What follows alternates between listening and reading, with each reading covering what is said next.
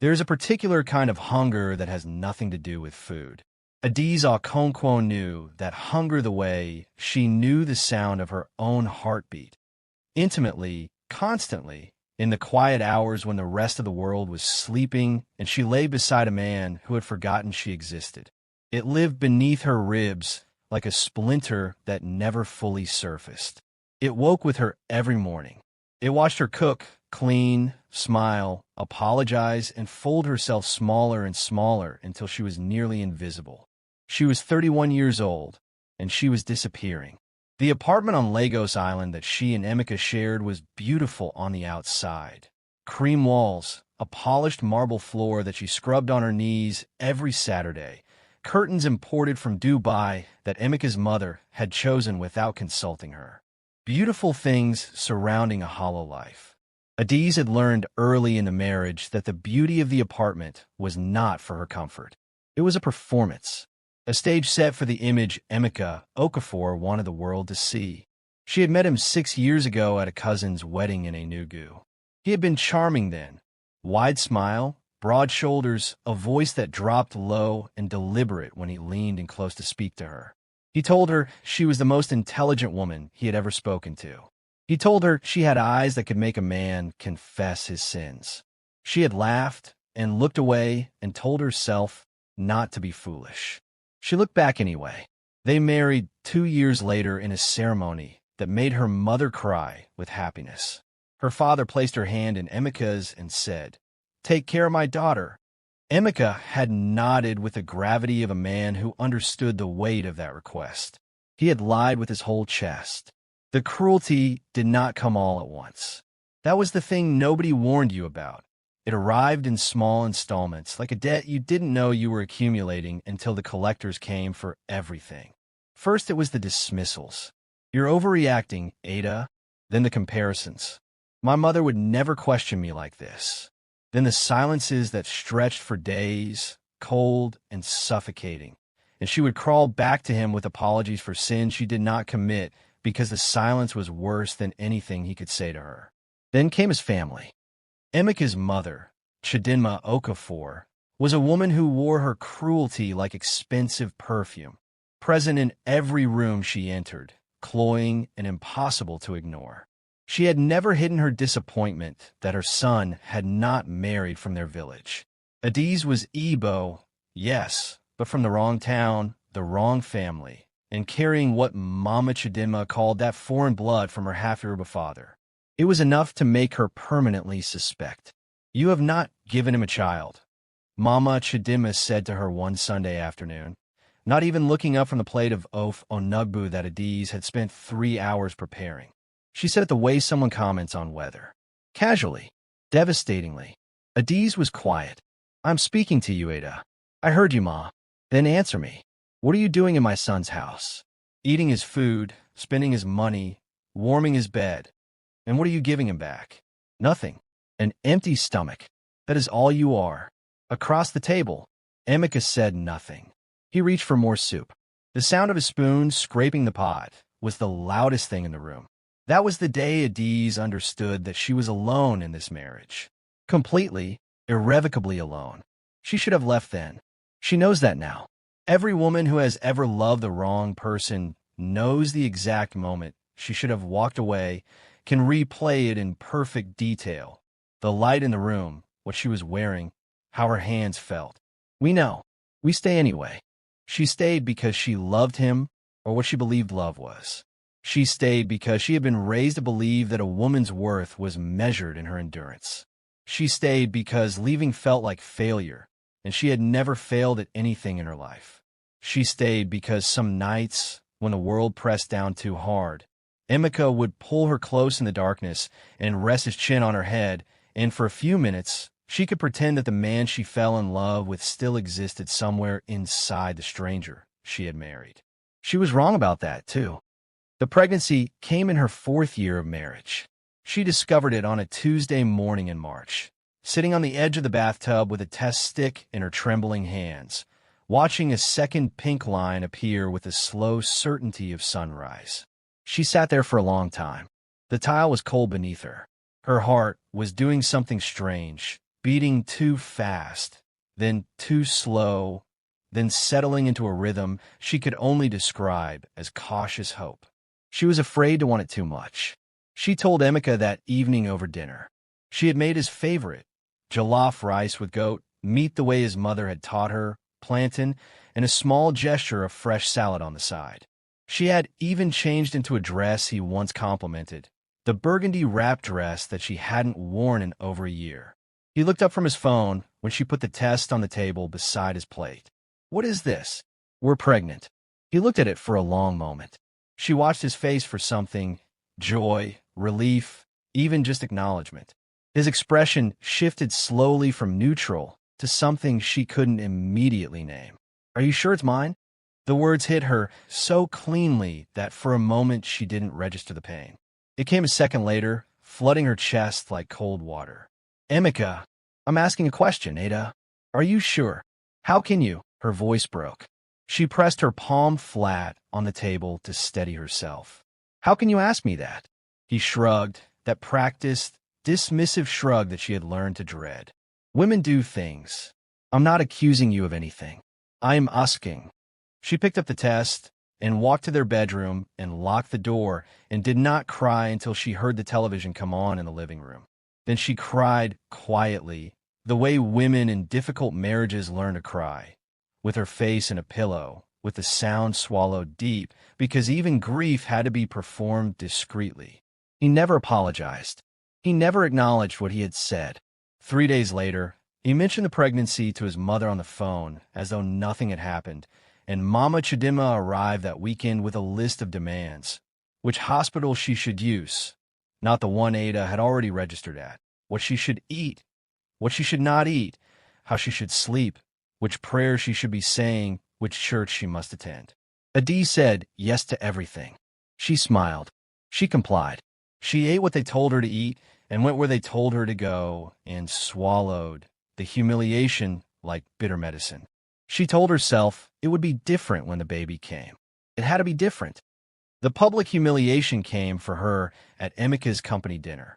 It was a Friday evening in May, the kind of Lagos night that arrives warm and glittering with possibility. The dinner was held at a hotel in Victoria Island.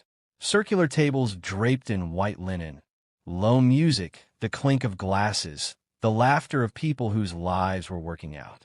Adaeze had spent the afternoon dressing carefully. She was 5 months pregnant then, belly round and insistent beneath a deep green gown she had saved to buy.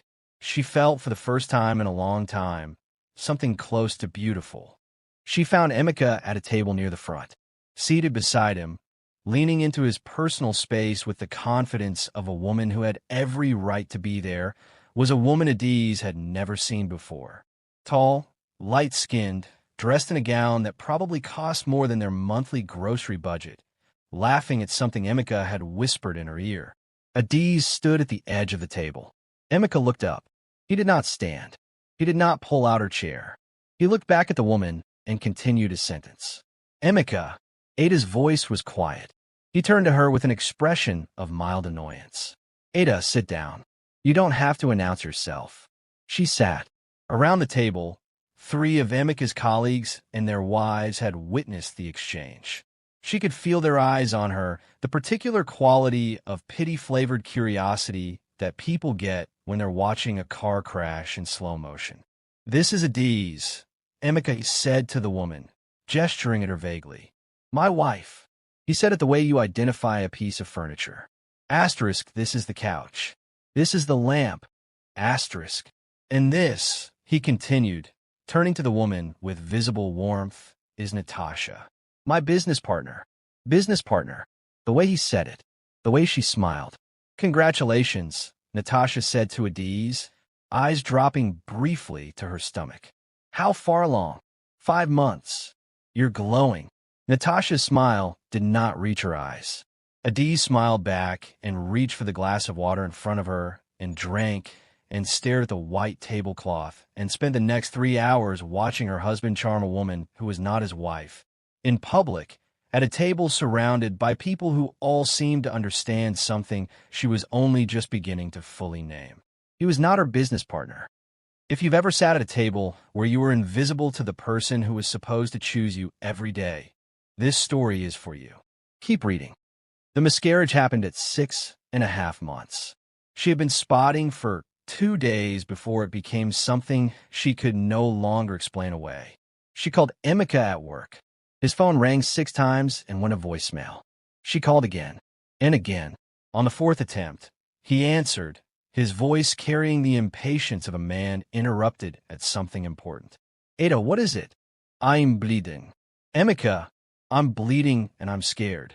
You're always exaggerating. Drink water and lie down. I'll be home tonight. She stood in the bathroom with blood on her hands and her husband's dismissal ringing in her ears, and she realized there was no one coming. She called her neighbor, Mrs. Afolabi, a woman she barely knew beyond borrowing tomatoes and exchanging pleasantries at the gate. Mrs. Afolabi came in slippers and a house coat and put Adaeze in a taxi and held her hand the entire way to the hospital. Emeka arrived 4 hours later. He smelled of the same perfume she had noticed on his collar in recent months, something floral and expensive that did not belong to her. The doctors told her that she had lost the baby, a boy. They told her that the loss of blood had been severe, that there had been complications, that they had done what they could, but that the damage to her uterus was, they paused here, searching for kind words that did not exist, significant. Permanent. She would not carry another child. She lay in a hospital bed and stared at the ceiling and felt something leave her body that had nothing to do with the physical loss. Some essential part of herself, some final belief that things would work out, that love would eventually behave like love, that she had not made a catastrophic error that had cost her everything. Emeka sat in the chair beside her bed. He did not hold her hand. His phone vibrated twice, and he checked it both times. I'm sorry, he said, once, looking at the floor. She nodded.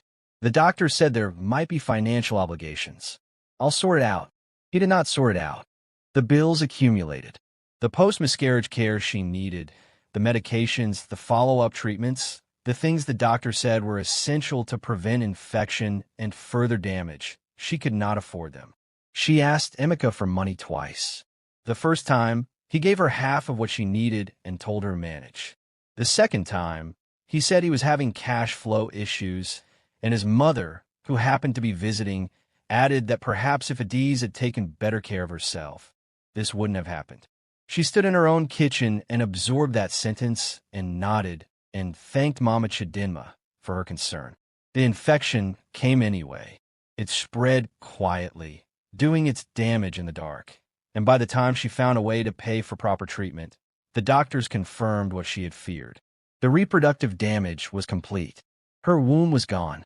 At 31, with no child, no financial security, and a marriage that had long since become a prison, Adaeze Okonkwo lay in a hospital bed and stared at the ceiling and did the arithmetic of what remained of her life.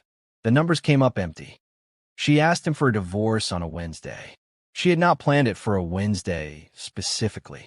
She had not, truthfully, planned it at all.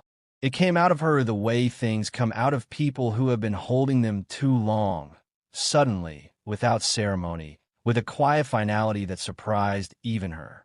She had come home from a follow-up hospital appointment. Emeka was in the living room. He was not alone. Natasha was seated on the couch, legs folded beneath her, wearing a short dress and an expression of comfortable ownership. Emeka was beside her, close enough that their shoulders touched. When Adaeze walked in, they did not spring apart. They looked up at her the way people look up when someone walks past their table at a restaurant, briefly, without real interest. I want a divorce, Adaeze said. She hadn't raised her voice. There was no performance, no thrown object, no tears. Just the words, falling into the room like stones into still water. Emeka blinked. Then he smiled. It was the worst smile she had ever seen on a human face. Genuine with relief. Quick with the barely contained delight of a man who had wanted this for a long time and could not believe it was being offered to him freely. You're sure? He said. Yes. He turned to Natasha. Something passed between them. A look, a small exhale, the compression of a private joke into a moment of shared understanding. Natasha's lips curved. Okay, Emeka said, turning back to Ada. Okay, I'll get the papers started. That's it. Her voice didn't break. She was proud of that. What else do you want me to say, Ada? His tone was almost kind in its dismissiveness. The voice you use with someone you've already moved past. You said what you wanted. I agreed. This is what you asked for. Natasha leaned back into the couch cushions and crossed her ankles and looked at Adaeze with a smile that said everything her voice didn't have to. Look at you, that smile said. Look at what you are, and look at what I am. Look at what he chose. You have a week to pack your things, Emeka said. He had already picked up his phone. She packed in 3 days. She did not take much, some clothes, her documents, a small jewelry box that had belonged to her grandmother, the burgundy-wrapped dress that she would never wear again but could not bring herself to leave behind. She carried 2 bags to the door of the apartment she had scrubbed and cooked and bled in, and she set them down as she looked back one last time. Emeka and Natasha were in the kitchen. She could hear their laughter, easy, untroubled laughter, the laughter of people from whom a weight had just been lifted. She picked up her bags and walked out. The door closed behind her. She stood on the landing, and her legs were shaking, and she was 31 years old with nothing. No child, no womb, no money, no home, no one, and the city of Lagos stretched below her, indifferent and enormous. She walked downstairs. She didn't know where she was going.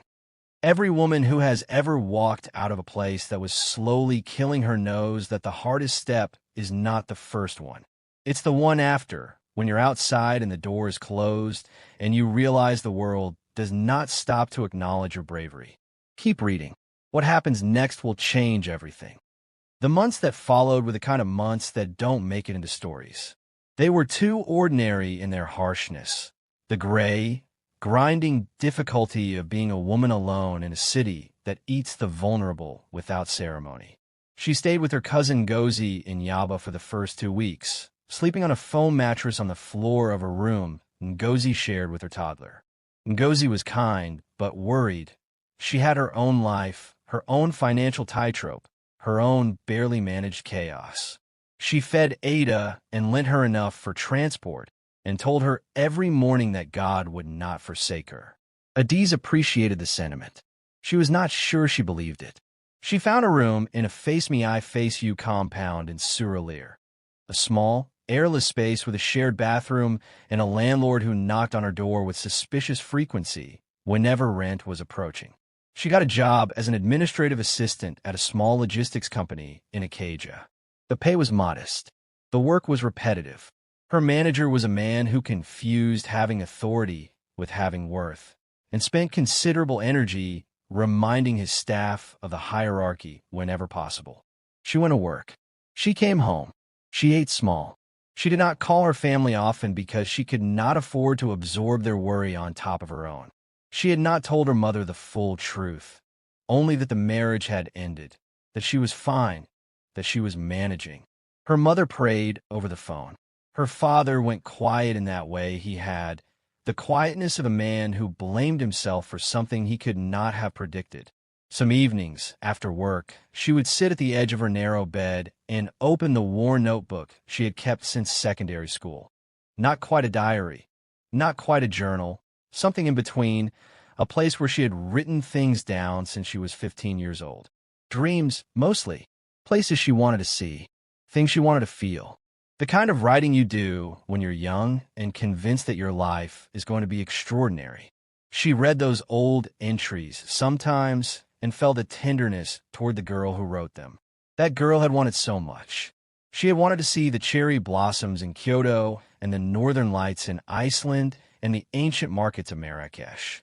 She had wanted to dance at her children's weddings. She had wanted a love that felt like being held, steady, certain, without condition. She read those pages and felt, for the first time in years, something she had nearly forgotten the texture of. Grief. Clean, clear, uncomplicated grief. Not the layered, murky kind she had swallowed for years in her marriage, but the simple grief of loss, of a self she had not yet become. She closed the notebook and put it back in a small bag she kept under the bed. She lay down on her mattress and stared at the ceiling. Through the thin walls, She could hear her neighbor's television, and someone's child crying, and the distant horn of a bus. She thought, I am still here. It was not hope exactly, but it was something, a small, stubborn pulse. The insistence of being alive, even when you have run out of reasons to try. She closed her eyes. 3 months after she left Emeka, Adaeze got a different job. It came through an agency that specialized in placing administrative staff with corporate clients. The kind of agency that promised professional environments and competitive salaries, and, for the most part, delivered.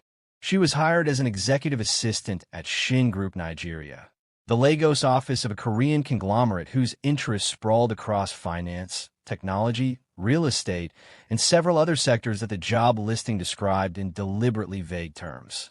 She didn't ask too many questions. The salary was nearly double what she had been earning.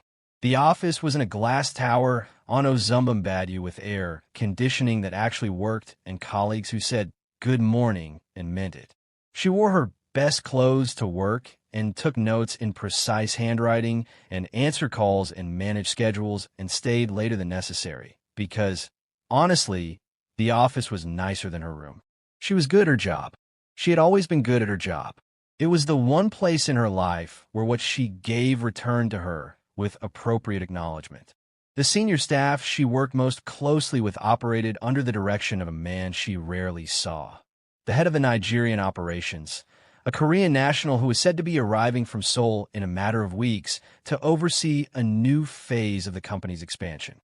His name was on documents she processed, on contracts she filed, on meeting requests she coordinated with his personal assistant, a sharp, elegant Korean woman named Soo-yeon who communicated with the efficiency of someone who had very little patience for inefficiency. The name at the top of those documents was Min Jae-won. She processed the name. She filed it. She thought nothing of it. That was before she knew what it meant. It happened on a Thursday morning in the 3rd week of October. Adaeze had slept badly. The compound's generator had been off, the heat had been aggressive, and a mosquito she had failed to locate had spent the night staging what felt like a very personal assault. She woke late, later than she meant to, with her alarm still screaming and her body still heavy. She dressed in a rush. The skirt she reached for had a stain she hadn't noticed in the dim light. She switched to trousers, couldn't find the belt, grabbed a blouse that wasn't quite right with the trousers but would have to do. Her hair, usually neat, refused to cooperate with the 15 seconds she had to spare for it. She pulled it back. Poorly. She ran for the bus and caught it and arrived at the office building on Ozumbambadu with minutes to spare, slightly disheveled, carrying the particular frantic energy of someone who has been running since waking. She pushed through the revolving doors. In the lobby, a meeting was dispersing. Men in suits, a few in corporate wear, moving toward the elevators and exits with the purposeful momentum of people who had just been in a room full of important decisions. She moved through them, head down, trying to remember if she had the folder she needed for the 9 o'clock. Hey! The hand on her arm stopped her like a wall. She knew, before she turned around, whose voice it was. The body remembered, even when the mind tried to protect itself. Her stomach dropped in a way that was purely physiological, a dizzying cold plunge. She turned. Emeka Okafor stood 3 feet away, wearing a charcoal suit that she did not recognize, a tie she had never seen, the same wide smile that had once made her lean toward him at a wedding in Enugu and believe in the possibility of him. He looked her up and down, slowly, deliberately. His smile widened. Ada.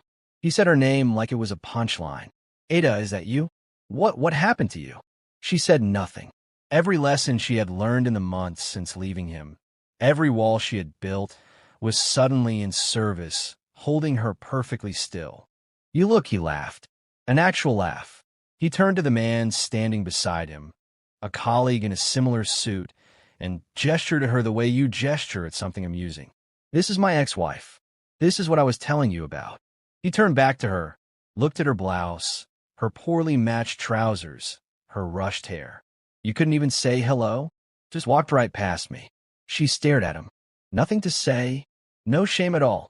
The humor in his voice was shifting into something sharper. the way his moods had always shifted when she didn't respond the way he expected. You know what your problem is, Ada? Even now, even looking like you're begging for work somewhere, you still think you're too good to. He grabbed her wrist. It was not hard at first, just a grip. The way he used to grip things, to make a point, to establish a fact, to remind her of the difference between his physical reality and her compliance. "Don't walk away from me while I'm talking to you," he said low. And then it was hard. She stumbled. The folder she was carrying hit the ground.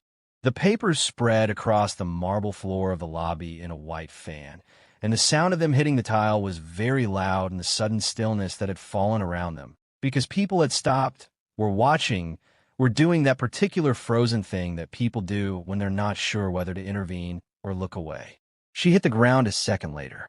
Her palm caught the marble. Her knee. The impact was sharp, specific, and the pain that followed was immediate.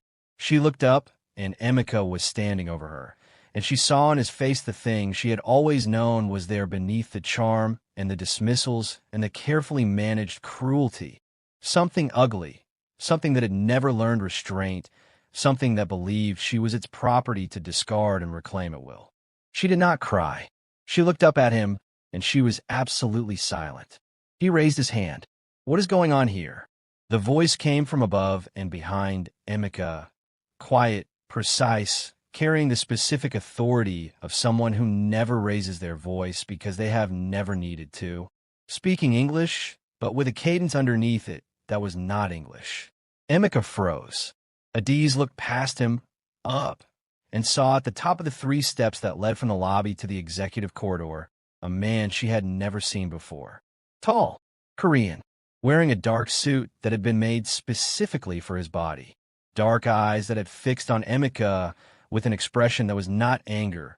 Exactly. It was colder than anger, more precise, the expression of a man taking a measurement rather than feeling an emotion. Behind him were 2 men who did not appear to be administrative staff. The lobby had gone very quiet.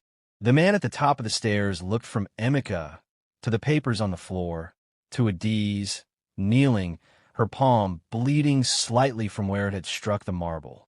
Something moved across his face. Something that, to a careful observer, might have looked like a controlled, precise, and very particular kind of fury. He spoke 2 words, quietly, to the man on his right, in Korean. Then he looked at Emeka. "Who are you?" he said in English. Each word distinct. Emeka opened his mouth. He had the look of a man who was beginning, slowly, to understand that something had gone wrong. I'm here for the meeting. The partnership meeting with Shin Group. I'm Emeka Okafor. I represent." "Take him," the man said, still in that quiet voice, to the 2 men behind him. "Wait," Emeka started. "Wait, you can't." But they were already moving, and the last thing Adaeze saw before the lobby noise resumed and someone was beside her, helping her up, offering her water, asking if she was all right. The last thing she saw was Emeka Okafor's face as the 2 men flanked him, and she watched the exact moment the smile left him completely. The exact moment he understood what he had walked into. She was still on the ground. Her knee was bleeding. Her papers were everywhere. And Min Jae-won, because she knew now, looking at his face, that was who he was standing at the top of those stairs looking at her with an expression she could not read. Then he came down the stairs. He stopped in front of her. "Can you stand?" he said. His voice, up close, was different than she expected. Not soft, but careful, like a man who chose each word deliberately and meant exactly what he said. She looked up at him. "Yes," she said. It was a lie. Her knee was screaming. Her palm was burning. Her heart was doing something chaotic that she attributed to the fall. He looked at her for a moment, just looked with those dark, measuring eyes, and then he reached down and offered her his hand. She stared at it. A man's outstretched hand. She had learned, over years, what that meant. She had learned the arithmetic of accepting. She hesitated for one long breath. Then she took it. He pulled her upright with an ease that suggested she weighed nothing, and for a single disorienting moment, she was standing very close to him. Close enough to catch the faint scent of him, cedar and something clean and expensive, and he was looking at her face with an expression she still could not name. "You work here," he said. It was not a question. "Yes. Come with me." He said it simply, like a man who was used to being followed, but something in his voice made it less command than invitation. She was not sure of the difference yet. She was not sure of anything yet. She picked up her papers. Her hands were shaking. She followed him toward the elevator. Behind her, somewhere down a corridor that led to places she didn't yet know existed in this building, she could hear the muffled sounds of a situation being managed. She did not look back. In the elevator, Min Jae-won stood beside her and said nothing. He looked straight ahead. His jaw was tight. His hands were still. She looked at the elevator doors and willed herself to breathe. The numbers climbed. She did not know, in that moment, what he had said to his men in Korean. She did not know what room Emika had been taken to, or what would happen there. She did not know that the man standing beside her in this quiet, ascending elevator box was not simply the head of a corporate office. That his calm was the particular calm of someone who had built his life in rooms where ordinary rules did not apply, where power was not a title on a business card but a territory defended by any means necessary. She did not know any of that yet. What she knew was this. She was bleeding and shaking and 31 years old, and someone had offered her a hand and pulled her up. And for one terrifying, impossible, quietly hopeful moment, she did not feel alone. Now Adaeze is up, but Emika is in a room with men she doesn't know anything about, and Min Jae-won hasn't said a word about what he knows. What happened in that meeting before she walked through those doors? Who exactly is Emika Okafor? Really? And what is it about the way Min Jae-won looked at her that she cannot stop turning over in her mind? Don't go anywhere. If this story is hitting close to home, share it with a woman who needs to read it today. Red Heart. The elevator opened onto the executive floor, and it was a different world. Down below, the lobby had returned to its ordinary rhythm. Phones ringing, heels clicking, the rotation of the glass doors admitting and releasing the city's relentless energy. But up here, the 42nd floor of Shin Group Nigeria's Lagos Tower was designed for a different register of existence. The carpet absorbed sound. The lighting was cooler, more deliberate. The air smelled faintly of sandalwood from a diffuser near the reception desk, where a composed young woman in a navy blazer looked up, saw Min Jae-won, and immediately stood. "Sir, I've informed Soo-yeon that the 9 o'clock has been rescheduled. The medical team is on their way up." "Good." He did not stop walking. Adaeze, trailing slightly behind him, registered the word medical and almost stopped. "I don't need." "You're bleeding." He said it without turning around. She looked at her palm. He was right. The cut from a marble was shallow but persistent, and there was a dark stain spreading at the knee of her trousers. She had stopped feeling the pain and the adrenaline and embarrassment, but now that he had named it, the pain returned like a door opening. She followed him. He led her to a room she would later understand was his private office. A large, spare space with floor-to-ceiling windows that framed Lagos Harbor in a panorama of impossible blue. There was a long desk, dark wood, almost clear of clutter. A single monitor. A low shelf of books in Korean and English. 2 chairs facing the desk, leather, precise. He gestured to one of the chairs. She sat. She held her bleeding palm flat on her thigh, so it wouldn't drip on anything that looked expensive.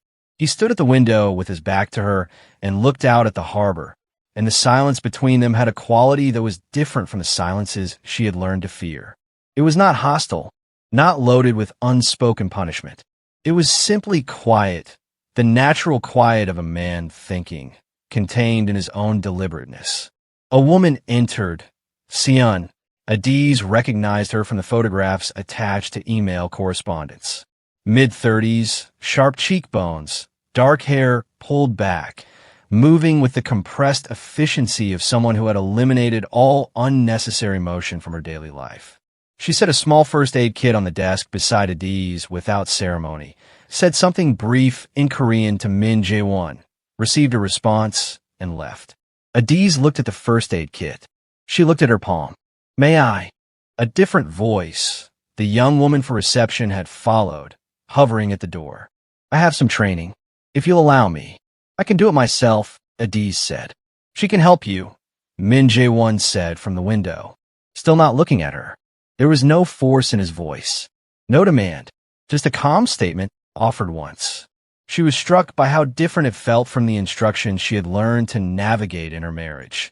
Emika's directives had always carried an undercurrent of consequence, a subtle threat beneath the words. "Do this," or this was simply, "Here is a thing. It is available." She let the woman clean and bandage her palm. Through it all, Min Jae-won stood at the window. He had taken off his jacket and draped it over the back of his chair. His shirt was white. His posture was that of a man who had stood in difficult rooms for a long time and learned to be still in them. When the receptionist left, he turned around. He leaned against the edge of the window frame and looked at her with those dark eyes that seemed to be doing something more careful than simply seeing. He looked at her the way a person reads something important, slowly, with attention. "What is your name?" he said. "Adaeze. Adaeze Okonkwo. I'm an executive assistant on the 38th floor." "How long have you worked here?" 3 months. A pause. And that man in the lobby. It was not a question. It was an opening. He was offering her the choice of whether to step through it or not. She appreciated the construction of it. She had not expected that. "My ex-husband," she said. Something moved very briefly across Min Jae-won's face. There and gone, too fast to decipher. He nodded slowly. "He hurt you before today." Again, not a question. Adaeze looked at her bandaged palm. She thought about how to answer a thing that was true in more ways than a single sentence could hold. "Yes," she said. Min Jae-won was quiet for a moment. He reached out and picked up a glass of water from his desk. She hadn't noticed it was there, and set it in front of her. "Drink," he said. "You're still in shock." She drank. The water was cold and still, and she drank nearly all of it before setting the glass down, and only then realized that her hands had stopped shaking. She looked up at him. He was watching her with an expression she was slowly beginning to be able to read. Not pity. She had been on the receiving end of pity often enough to know its particular flavor. That mixture of condescension and discomfort that made the pitted feel smaller rather than seen. This was something else. Attention, perhaps. The sustained, deliberate attention of a man who did not look at things unless he intended to see them fully. "I should get back to work," she said. "You're not going to work today." "Mr. Min Jae-won." He said it simply. "And you're not going back to work today? You've been assaulted. You need to rest." With respect, she straightened in her chair, and even with her bandaged palm, and her stained trousers and her ruined hair, she straightened with a dignity that had cost her years to reclaim. "I don't know you, and I've spent a long time in a situation where a man decided what I needed without asking. I would prefer to make that decision for myself." She braced for it. The offense, the withdrawal of whatever this was, the recalibration to something colder. He looked at her for a long moment, and then, and she would think about this later, in her room in Surelier with her notebook open on her lap, the corner of his mouth moved. "Barely. Just enough." "Fair enough," he said. She blinked. "But the knee needs to be looked at. There's a medical suite on this floor. After that, the decision is yours." She stared at him. This man, this stranger who had watched her fall and moved mountains in 30 seconds to deal with the cause of it, was standing in front of her with his jacket off and his water offered and his fair enough sitting in the air between them. And she had absolutely no framework for processing any of it. "Okay," she said carefully. "After the medical suite." He nodded once, picked up his jacket. "Cool, me." What Adaeze did not see that day was the room in the basement. It was not the kind of room that appeared on building schematics filed with Lagos State regulatory offices. It was not the kind of room that the cleaning staff were permitted to enter. It was accessed through a corridor off the second subterranean parking level, behind a door that required a specific type of key card held by a specific number of people. Emeka Okafor was in that room.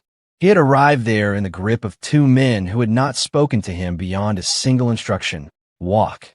He had tried, initially, the techniques that had always served him: the bluster, the name-dropping, the righteous indignation of a man unaccustomed to being told no. He had mentioned his position. He had mentioned his firm. He had mentioned that he had a meeting today with this very company and that there had clearly been some kind of misunderstanding. The men had said nothing. They had sat him in a chair in the middle of the room and left. He sat there for 40 minutes in the silence and the low light, and the bravado slowly left him the way air leaves a tire. Not all at once, but steadily, inevitably, until what remained was the flat, deflated reality of a man whose confidence had always been borrowed from others' fear. He thought about Ada on the floor of the lobby. He was surprised to find that the thought produced something adjacent to discomfort, not guilt. Exactly. He had not spent sufficient time examining his own behavior to have developed the precise vocabulary of guilt.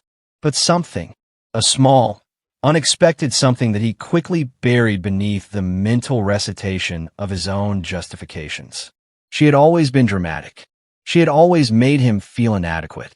She had never understood the pressures he was under, the expectations, the difficulty of being a man in a world that demanded performance at every level. He had given her a life, a home, a name, a position, and she had repaid him with disappointment and insufficiency and, eventually, the public embarrassment of walking out. He was still revising this internal document when the door opened. The man who entered was not Min Jae-won. He was younger, Korean, built like someone who had decided, early in life, that his body was primarily a weapon.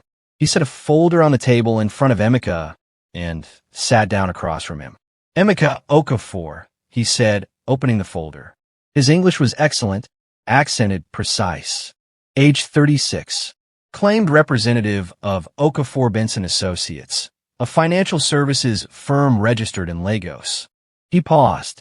Except Okafor Benson Associates was deregistered by the Corporate Affairs Commission 14 months ago. Emeka's jaw tightened. The credentials you provided to arrange this meeting were fabricated. The letter of authorization you submitted bears the signature of a Mr. Adeyemi Benson, who, according to records we have obtained, has been hospitalized in Abuja for the past 6 weeks and signed no such letter. The man looked up from the folder. "You were not here for a partnership meeting, Mr. Okafor. You were here to gain access to our financial systems through social engineering. This is not the first time you have done this." Emeka opened his mouth. "I would advise you not to speak," the man said pleasantly, "until you have thought very carefully about what you want your next words to be." Emeka closed his mouth. The folder on the table between them was thick. It contained, as Emeka was slowly beginning to understand, a significant quantity of documentation regarding activities he had believed were very carefully concealed. Activities involving false financial instruments, identity fraud, and the impersonation of registered corporate entities in at least 3 West African countries. He was not a businessman, it turned out. He had not been a businessman for a long time. He was a con man, a very polished, very practiced, very nearly successful con man, who had married a good woman and treated her like furniture and cheated and lied and walked into the wrong building on the wrong morning and put his hands on a woman who, as of 9 hours ago, had become the most protected person in Min Jae-won's immediate world. He would spend a great deal of time in that room, reckoning with the distance between who he had performed himself to be and who he actually was. But that reckoning had not yet properly begun. 3 days after the lobby incident, Adaeze returned to work. She had spent those 3 days in her room in Surulere, resting her knee, eating the food her cousin Ngozi sent over, and trying to process something that her rational mind kept fumbling with.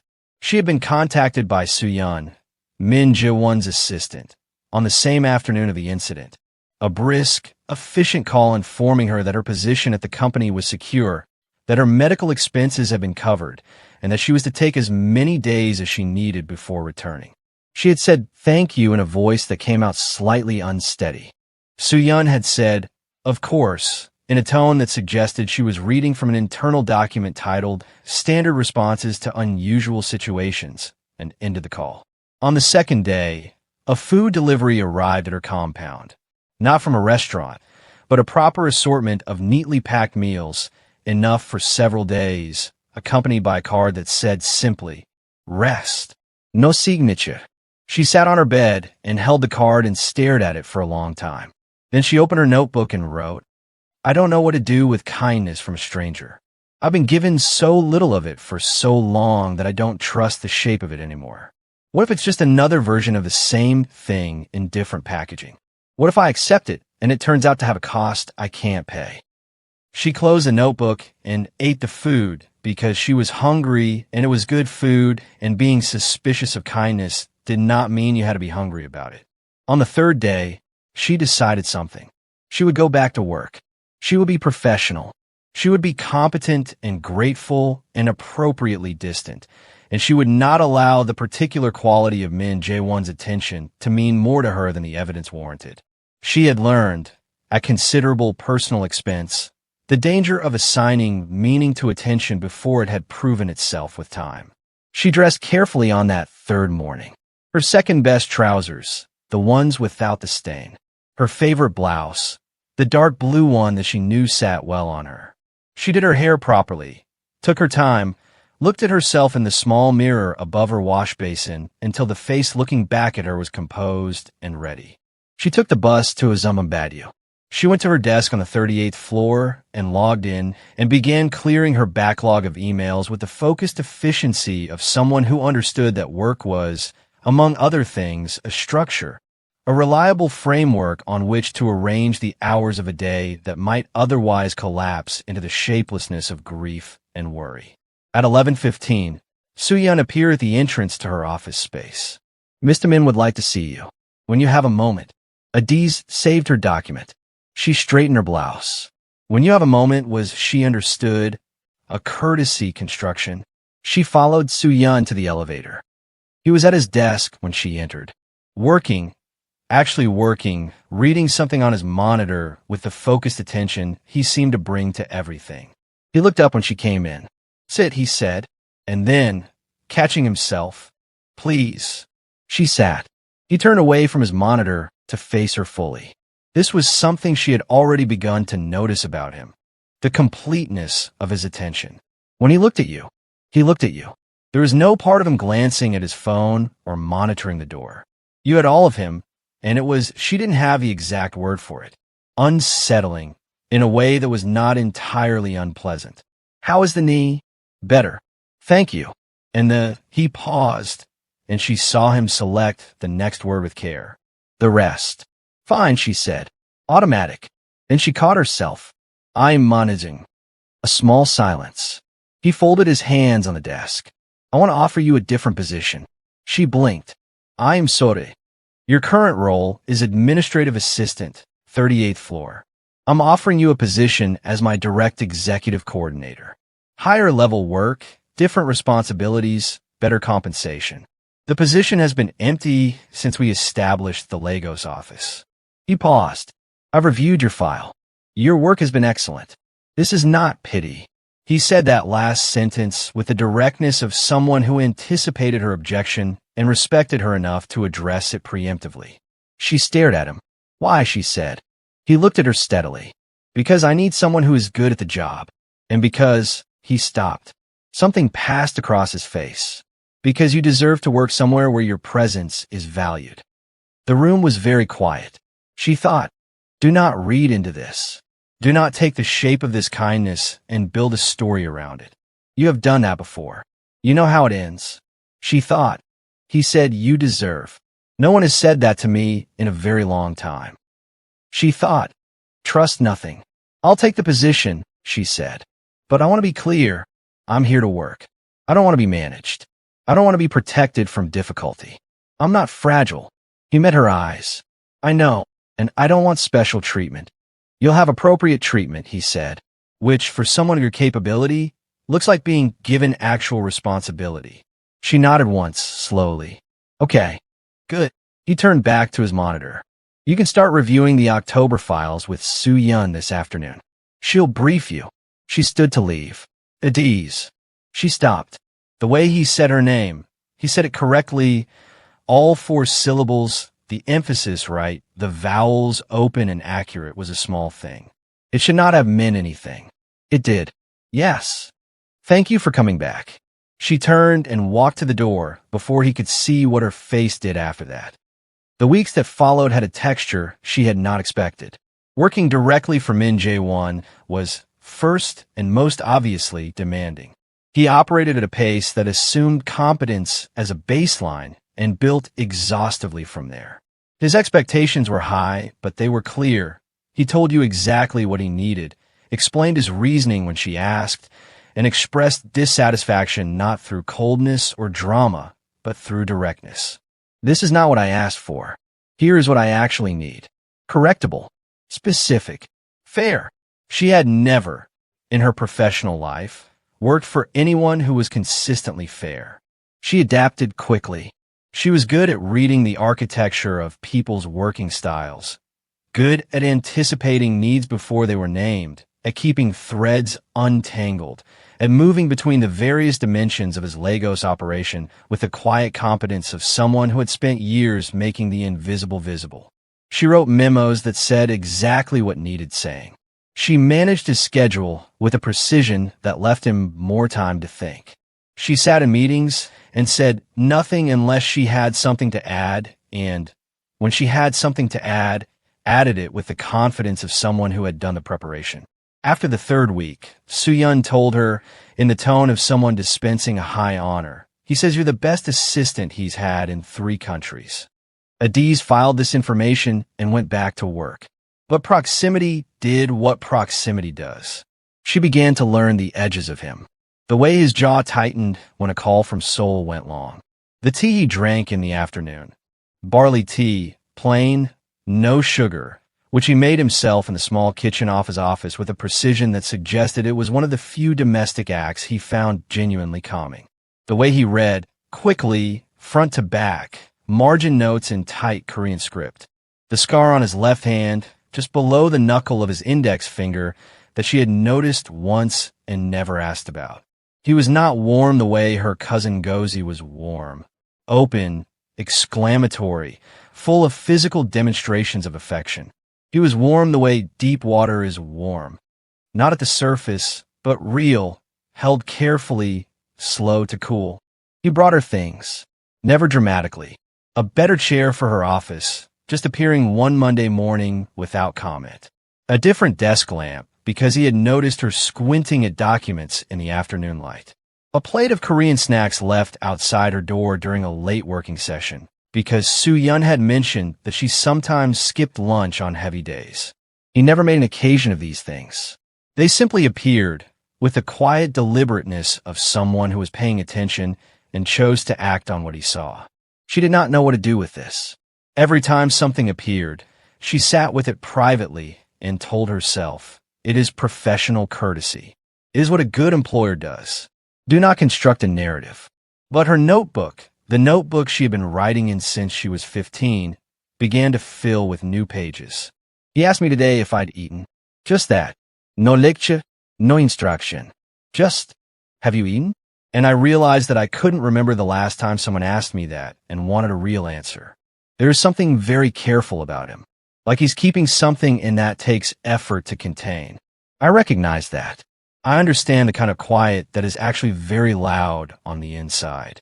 He laughed today, fully, at something in a phone call, and he didn't know I was in the outer office, and I heard it, and for a completely irrational second, I wanted to be the reason for it. She closed the notebook after writing that last line and sat very still and looked at the ceiling of her small room.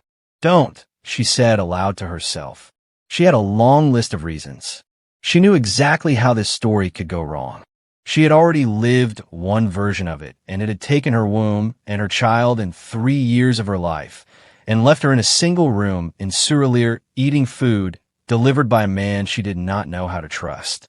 She knew all of this. She went to sleep and dreamed about barley tea and a scarred hand and a laugh she hadn't been in the room to cause. Min Jae-won's position in the world was not uncomplicated. The Shin Group's legitimate operations, the finance, the real estate, the technology were real, profitable, and meticulously managed. But there was another level of his life, held parallel to the corporate structure, that operated by entirely different rules. The people who knew about that level knew him by a different title, spoken in certain rooms in Seoul and Lagos and Accra and Hong Kong, with a particular reverence reserved for those whose power is understood to be without theater. He had inherited part of it. He had built the rest. He was, by the age of 38, the kind of man whose neutrality was considered a gift by those who received it, because what replaced his neutrality was something no one who had experienced it wished to repeat. There were, of course, those who periodically tested this boundary. In every sphere of power, there are people who mistake the absence of public aggression for the absence of capacity. The John faction had been watching the Lagos operations with interest. They were a younger consortium, aggressive, impatient with the patience required for legitimate business fronts, and they had been building territory in West Africa for 2 years with the specific ambition of displacing Shin Group's established presence. Their intelligence operation had flagged what appeared to be an exploitable moment. The head of Shin Group's most profitable African division had become visibly distracted. He was spending time at a private hospital. He had shifted his schedule in ways that suggested personal preoccupation. He was, as far as the John faction could determine, off balance. They chose a Thursday in November to make their move. It was swift and multi-pronged, a simultaneous disruption of 3 Shin Group business relationships in different cities, a targeted leak of internal financial information to a Lagos business publication, and a physical incursion at one of Shin Group's secondary offices in Abuja. What they had miscalculated was this. Min Jae-won was not distracted. He was operating on parallel tracks simultaneously, as he had always done, holding the personal and the operational in 2 distinct hands, letting neither weaken the grip on the other. He had known the John faction was moving for 11 days. He had allowed them to believe their intelligence was accurate. He had let them commit. Then he closed both hands. The counter-response was, in the accounts of those who witnessed it, definitive. The Abuja incursion was met by a response force that had been in position for 48 hours. The business relationships that the John faction had targeted found themselves, within 24 hours, offered arrangements with Shin Group so favorable that the John faction's proposals became immediately irrelevant. The financial leak was traced, its source identified, and the implications of that identification communicated to the John faction's leadership in terms that required no repetition. Within 72 hours, it was over. Representatives of the John faction's parent structure arrived in Lagos, not with aggression, but with a particular posture of people who have been definitively educated about the difference between ambition and capability. There was a meeting. There was an oath. There was a peace, structured with the careful architecture of someone who preferred order to ongoing conflict, but was entirely willing to provide the latter as a precondition for the former. Min Jae-won attended that meeting on a Friday evening. He returned to the hospital on Saturday morning. He had not told Adaeze any of this. She was in a hospital bed, and none of it was her weight to carry. Because Adaeze was in the hospital, she had collapsed at her desk on a Wednesday morning, 3 weeks after the lobby incident, and it had taken 20 minutes for anyone to notice because she worked with the kind of self-contained focus that could be mistaken for composure, even when the body was failing. The brain trauma, the doctors told him, was likely a delayed consequence of the impact in the lobby. The fall, the way her head had moved. There had been a slow bleed, small, quiet, doing its damage in the dark the way the worst injuries do. She had been unconscious since Wednesday evening. It was now Saturday. He sat in the chair beside her bed with his elbows on his knees and looked at her face and thought about a woman who had told him very directly that she was not fragile and had meant it with every cell of her body, even while one of those cells was slowly doing what it was doing. He thought about the way she had taken his hand in the lobby, that 1 second of hesitation before she accepted what was offered. He sat there and felt something he had not let himself feel in a very long time. Fear. Not the tactical, managed fear of a dangerous situation, which he knew how to move through, but the other kind, the kind that has no solution, the kind that comes when something matters and mattering means it can be lost. He reached over and took her hand carefully the bandaged one, and held it in both of his. "Adaeze," he said quietly. She did not answer. The machines continued their steady, faithful measurement. Outside the hospital window, Lagos went on being Lagos. Enormous, relentless, indifferent. He held her hand and did not let go. She's unconscious. He's sitting beside her in a hospital in Lagos, holding a hand she almost didn't let him take. And somewhere in the building's basement, a man is in a room reckoning with everything he destroyed. This is the scene that will make you cry. You've been warned. Share this story with someone who needs to know that being broken doesn't mean being finished. Have tissues ready. Black heart. He had not been home in 4 days. Soo-yeon had told him, with the careful directness she reserved for things she considered non-negotiable, that he needed to change his clothes. She had said it on Friday morning, standing at the hospital room door with a coffee she had brought him and an expression that suggested she would physically escort him if necessary. "For hours," she said. "Go home, change, eat something that isn't from a vending machine, and come back. She will still be here." He looked at her. "She will still be here," Soo-yeon repeated, firmly. "Go." He drove himself, which he rarely did. He had sent his driver home 2 days ago because the man had developed the habit of looking at him with an expression of such careful sympathy that Jaewon had found it difficult to sit in the back seat without wanting to put his fist through something. He drove through the Saturday morning version of Lagos, which was marginally quieter than its weekday self, the city breathing at a slightly slower rate, the roads populated with people who had somewhere to be, but not with the desperate urgency of a working week. The apartment he maintained in Ikoyi was large and ordered and arranged for function rather than comfort.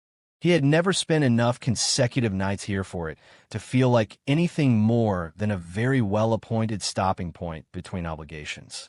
He had good furniture because he understood quality and almost no personal objects on display, because personal objects required a settled self to curate, and he had not, in some time, been sufficiently still to do that work.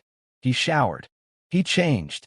He stood in the kitchen and ate standing up because sitting felt like wasted time, and he looked out at the Ikoyi skyline and thought about how strange it was that the city looked the same as it always did, ordinary, ongoing, full of its own endless becoming, when everything inside him was arranged around a single room in a hospital where a woman was lying very still. He went to his bedroom to get his watch, and that was when he saw it. It was on the small table beside the guest room door, which he had offered to Adaeze 3 weeks ago, when she had mentioned casually, too casually, that there were intermittent power issues at her compound in Surelier and that the heat made it difficult to sleep. He had said, "Use the guest room. There is no obligation. It is empty." She had refused twice. Then one evening, very late, after they had both stayed past midnight, finishing preparation for a major client review, she had looked up from her desk with that particular exhaustion that goes past the body into the spirit, and said quietly, "Just for tonight." She had stayed for 9 nights. She had made her presence very small, left the guest room immaculate, asked nothing, taken up no more space than she had been offered. She had cooked once in the 2nd week, arriving in the kitchen on a Sunday morning to find him attempting to make himself breakfast in a way that suggested he found cooking largely theoretical, and she had moved him gently out of the way and made them both jollof rice from whatever she found in his refrigerator, which was not extensively stocked. He had stood at the kitchen counter and eaten it and not spoken for a while, because the warmth of it, not just the food but the act, someone cooking in his kitchen with comfortable competence, and the smell of it filling the apartment, had done something unexpected to the carefully maintained order of his interior life. The notebook was on the table beside the guest room door. She had left it. In the rush of the morning, she had collapsed. She had been running late, he remembered now, had come in slightly breathless, hair not quite right, and he had noticed and said nothing because she had always been so precise about her appearance, and the slight dishevelment had seemed like something she would not wish to have remarked upon. She had left things behind. The notebook was one of them. He picked it up. He stood in the hallway and held it and knew, with complete clarity, that he should not open it. A diary was the most private object a person could own, more private than any locked drawer or encrypted file, because what went into a diary was not just information, but the unedited truth of a person's inner life, the thoughts that existed before they were shaped for any audience. He knew all of this. He opened it. He read for a long time.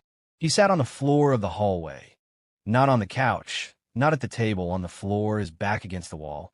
And he read from the beginning, from the entries dated years back that were written in the careful handwriting of a younger woman who had not yet learned to write small to save space. He read about Enugu and a wedding and a man with a wide smile.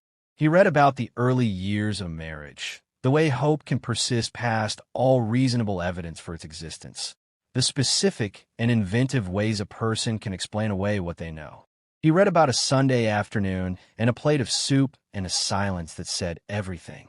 He read about the pregnancy.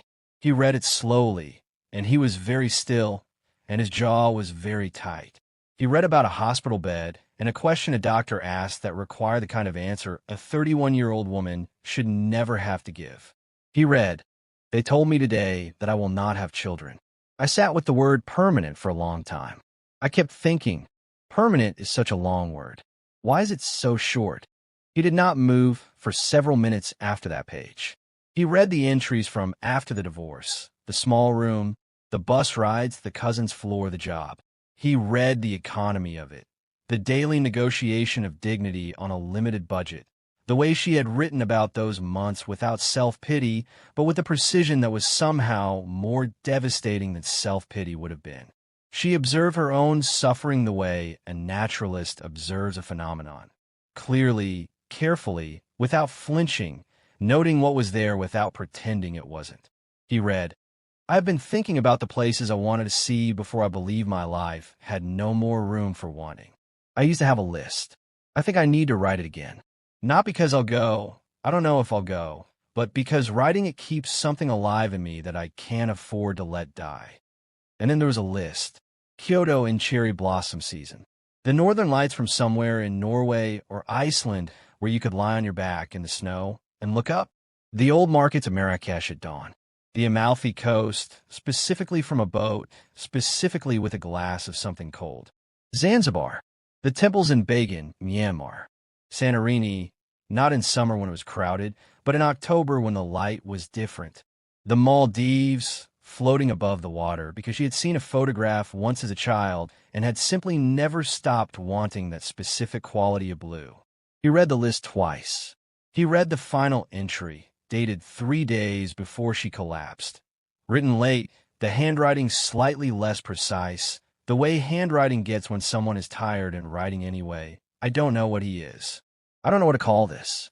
He is careful with me in a way I have not experienced before, and I am so afraid of it that some mornings I come to work and I sit at my desk and I make a list of all the reasons it means nothing, professional courtesy, good character, general human decency, and I am very convincing to myself. And then he looks at me, and the list falls apart. I don't know what I'm doing. I don't know what I feel. I know that I am afraid of being wrong again. I know that I cannot survive being wrong again. He closed the notebook.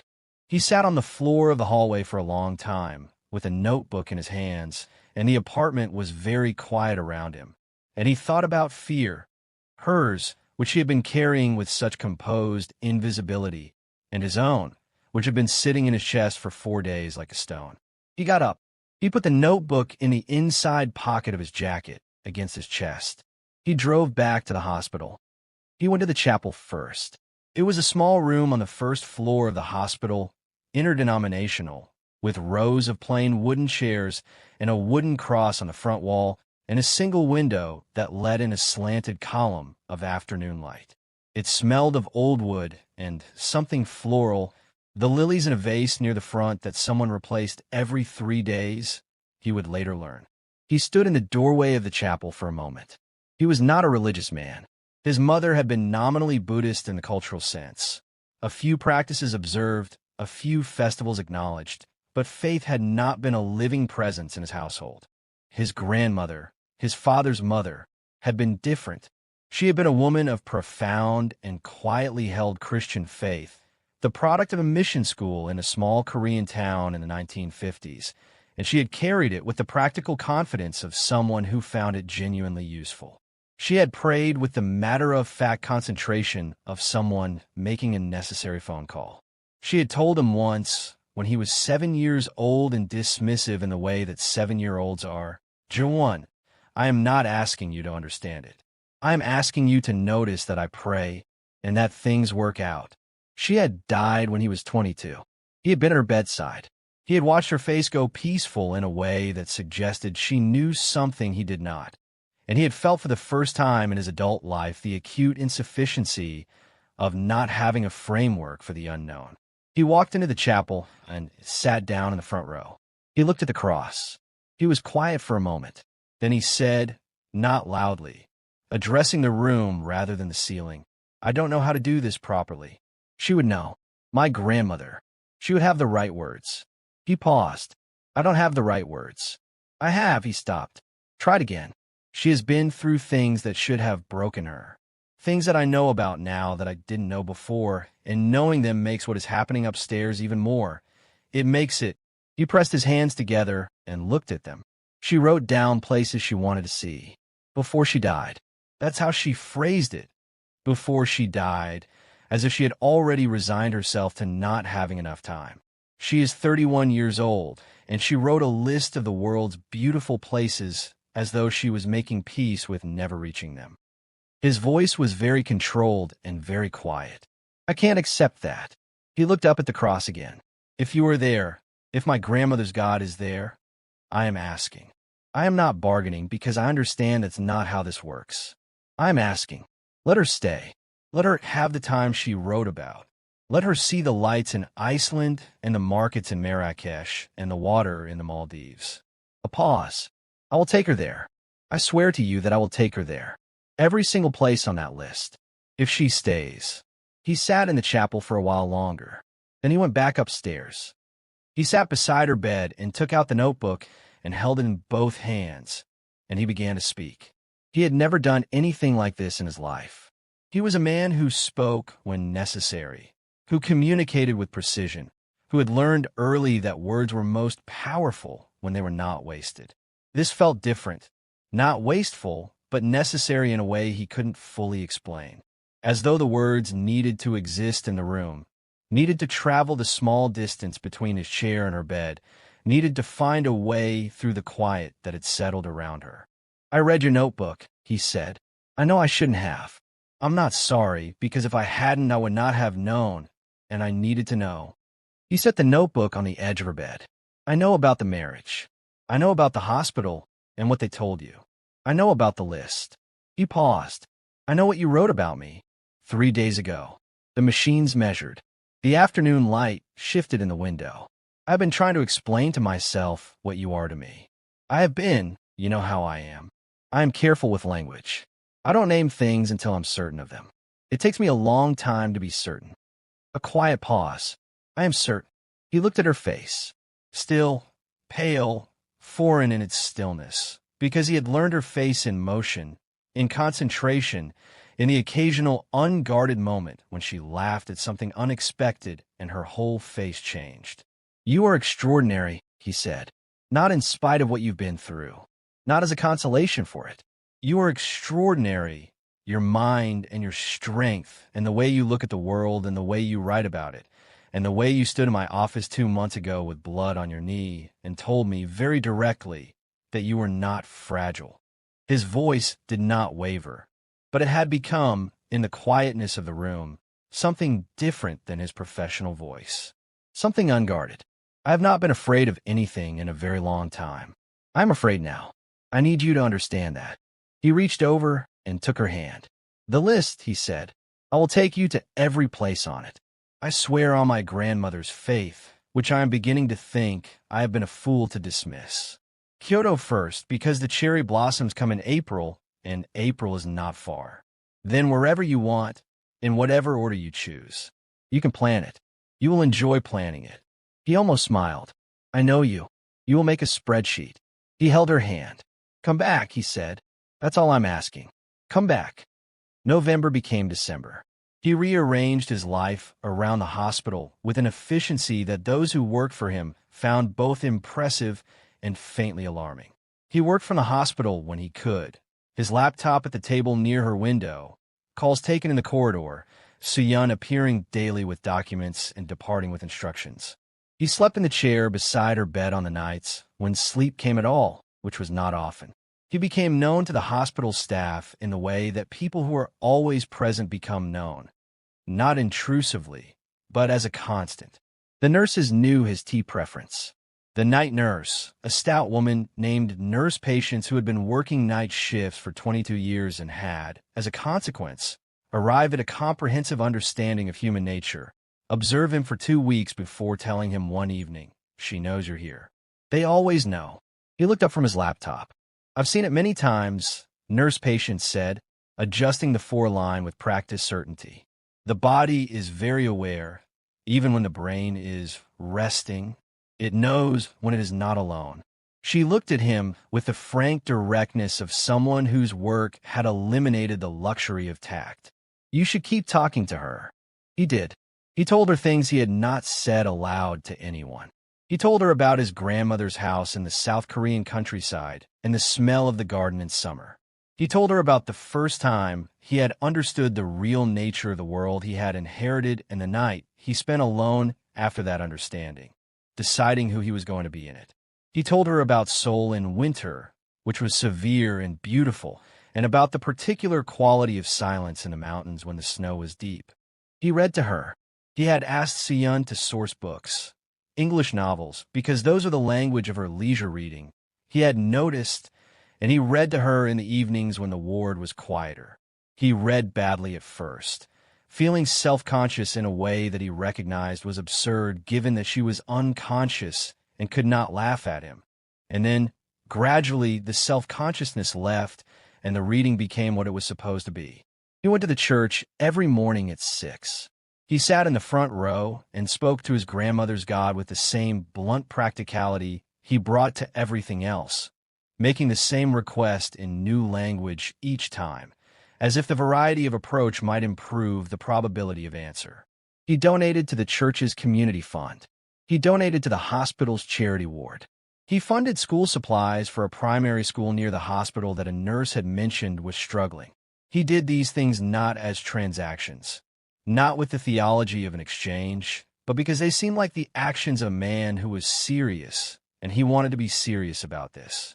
He went home once a week, as Soo-yeon required, and each time he went home he stopped outside the guest room door. It was a Tuesday morning in the 3rd week of December when the doctor came to speak to him privately. Dr. Adaeze was a neurologist, a compact, precise woman in her 50s who communicated medical information with a particular combination of compassion and efficiency that the best physicians develop over careers of delivering news that is no good version. She had been direct with him from the beginning. He appreciated this. She asked him to come to her office. He sat across her desk. The room smelled of antiseptic and old paper and the small potted plant on the window that was doing its best in insufficient light. "Mr. Min," she said, "I have to speak honestly with you about Adaeze's condition." "Please." Dr. Adaeze opened the file in front of her. The brain trauma was more extensive than our initial imaging suggested. The slow bleed created pressure over a period of weeks before it became acute. That's not unusual, but it means the affected areas have been compromised for longer than the immediate event would indicate. She paused. "We have done everything that can be done medically. The interventions we've made have been appropriate and timely. But," she paused again, "but," his voice was very quiet. "The brain activity we're measuring it is not improving at the rate we need to see. It is not deteriorating, which is meaningful. But it is very low, Mr. Min. Her brain is," she chose her words with a care that told him the words mattered significantly. "She is at the edge of what we consider viable independent function. The machines are sustaining her breathing and several other processes. Without them," she stopped, looked at him over the file.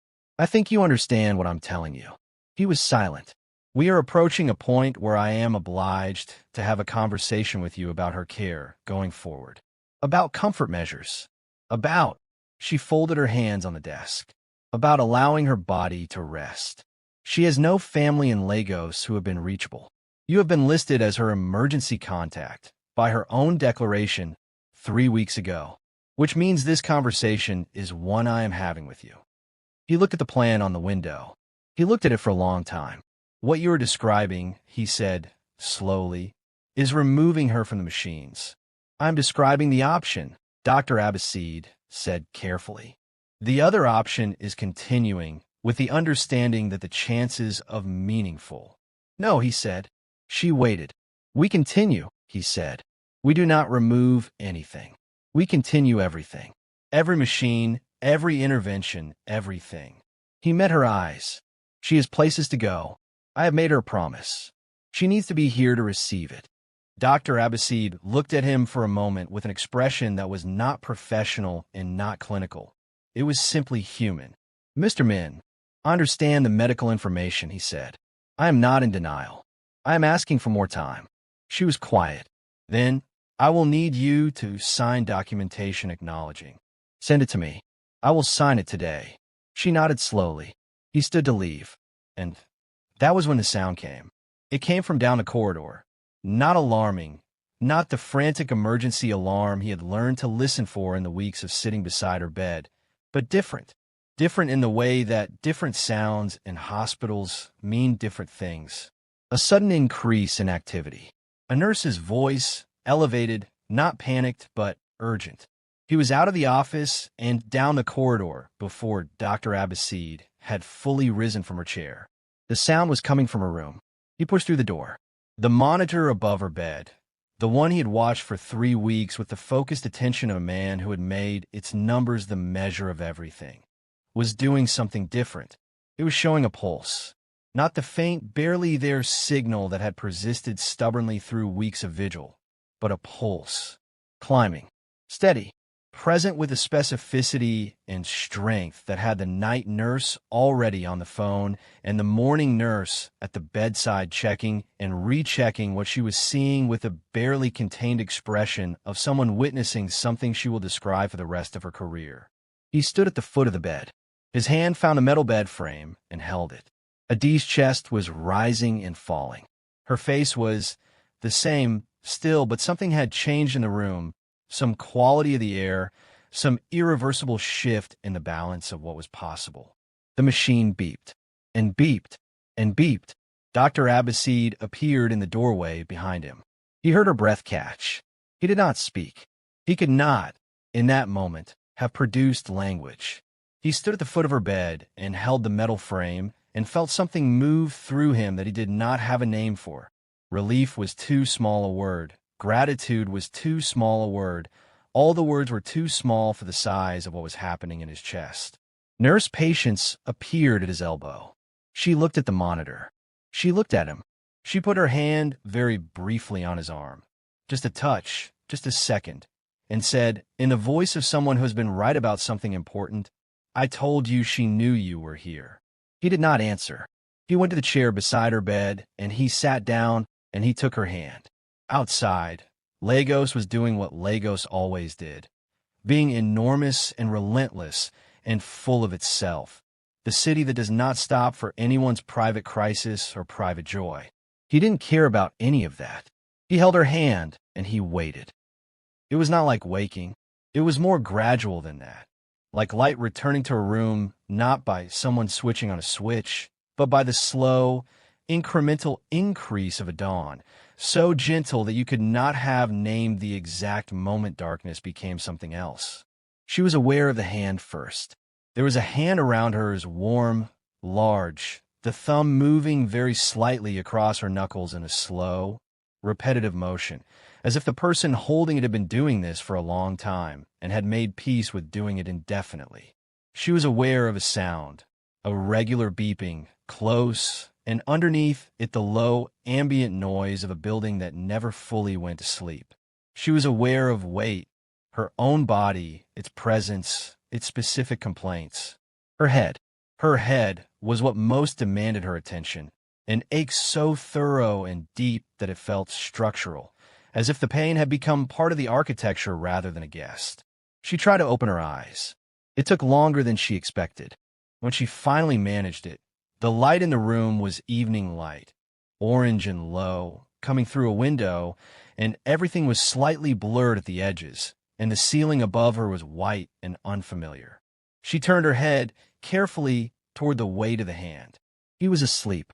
He was sitting in a chair beside her bed, his upper body leaned forward with his head resting on his free arm on the mattress, his other hand still around hers, even in sleep, as if his body had continued the vigil independent of his consciousness. He was not wearing a jacket. His shirt was wrinkled in the way that shirts get when they have been worn for longer than intended. His hair, which was always precise, had fallen forward slightly. She searched for the word. He looked like a man who had been afraid and had refused to leave. She looked at him for a long time in the slow, wondering way of someone who is still not entirely sure they are awake, or perhaps that waking is real, or perhaps that this specific image in front of them is something other than a thing her mind had constructed to comfort itself. Then she tried to speak. What came out was not a word exactly. It was barely a sound, a dry, effortful exhalation that nonetheless was enough. He woke. He was upright before he was fully conscious. The instinctive alertness of someone who had been listening even in sleep. He looked at the monitor. He looked at her. He looked at her face, and then he went completely still. Their eyes met. She saw it move across his face, the thing he had been keeping contained for weeks. It moved through him the way weather moves through a landscape, fast and total, and for one unguarded moment she saw all of it.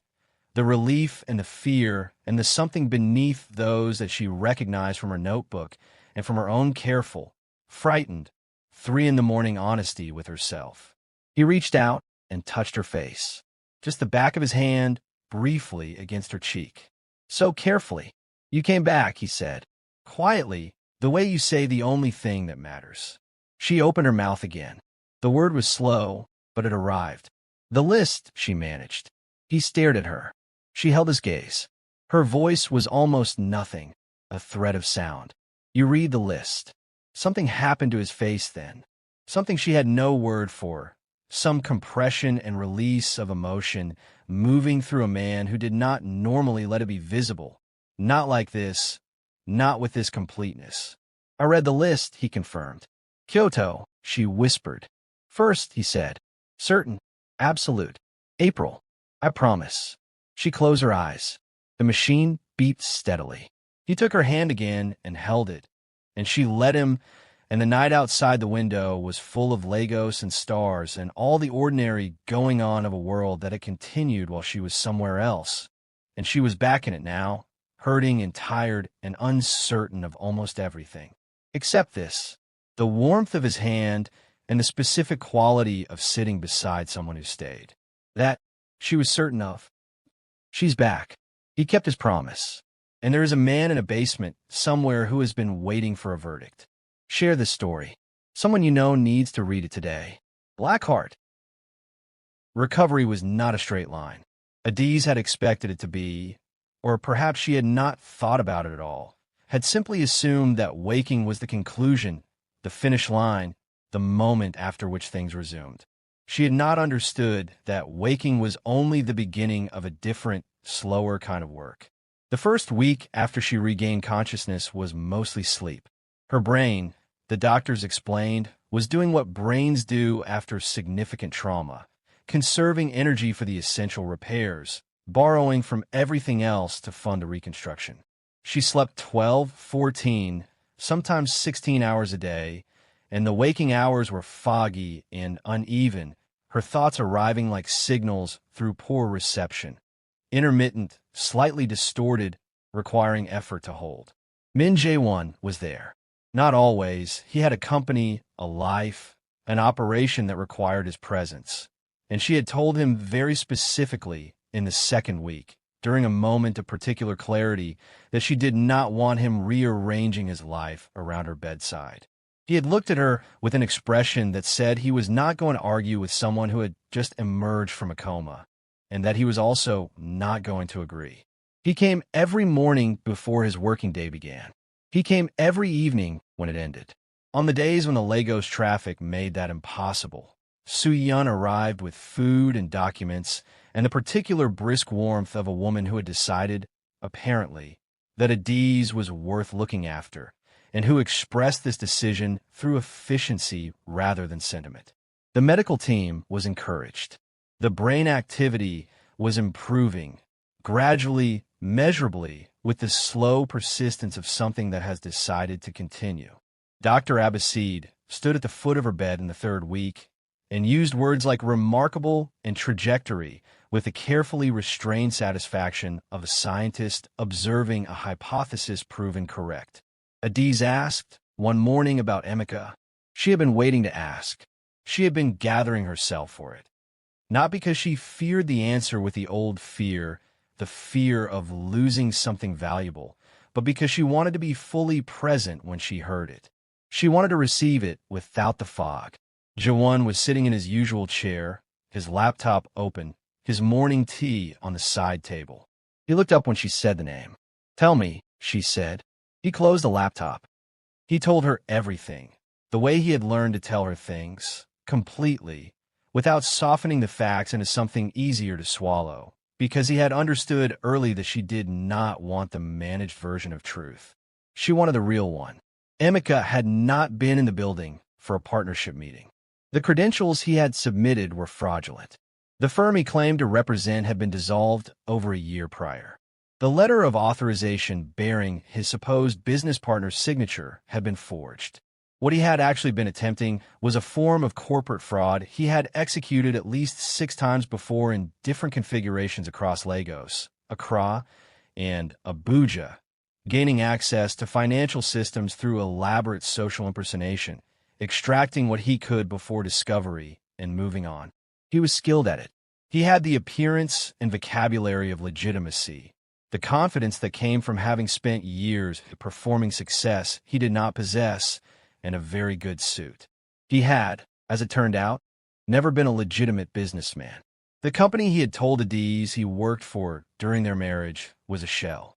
The money he had used to maintain their apartment and their life had come from exactly the kind of activities that had brought him, on that October morning, through the doors of the wrong building.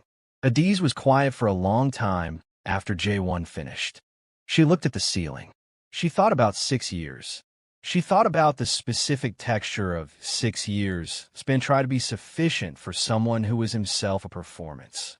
She thought about what it meant, the particular cruelty of it, to have bent yourself in half trying to deserve the love of someone who was not even the person they claimed to be.